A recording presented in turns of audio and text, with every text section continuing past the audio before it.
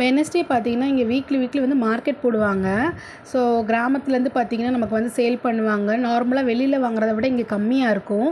நான் evening office விட்டு வரும்போது எவ்ரி வெட்னஸ்டேயும் வீட்டுக்கு அந்த 1 வீக் தேவையான வெஜிடபிள்ஸ் எல்லாம் வாங்கிட்டு வந்துருவேன்.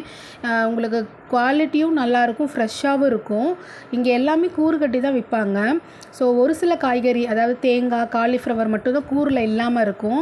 நான் இன்னைக்கு வாங்கின வெண்டைக்காய், வாழைக்காய், முருங்கைக்காய், அதுக்கப்புறம் புதினா கட்டு, இது எல்லாமே பார்த்தீங்கன்னா ₹10 நான் எடுத்தது தான். இது போக ஃப்ரூட்ஸும் அங்கேயே நான் வாங்கிடுவேன். அண்ட் இது போக ஸ்நாக்ஸ் இருக்கும். ₹20 தான். எல்லாமே 100 கிராமில் நம்ம வாங்கிக்கலாம். ஃப்ரெஷ்ஷானது தான். எந்த எண்ணெய் ஸ்மெல்லும் வராமல் நல்லாயிருக்கும்.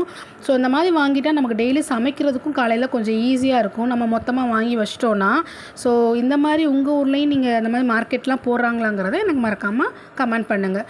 சேனலை மறக்காமல் சப்ஸ்கிரைப் பண்ணிடுங்க இந்த மாதிரி அப்டேட்ஸ்க்கு. தேங்க்யூ.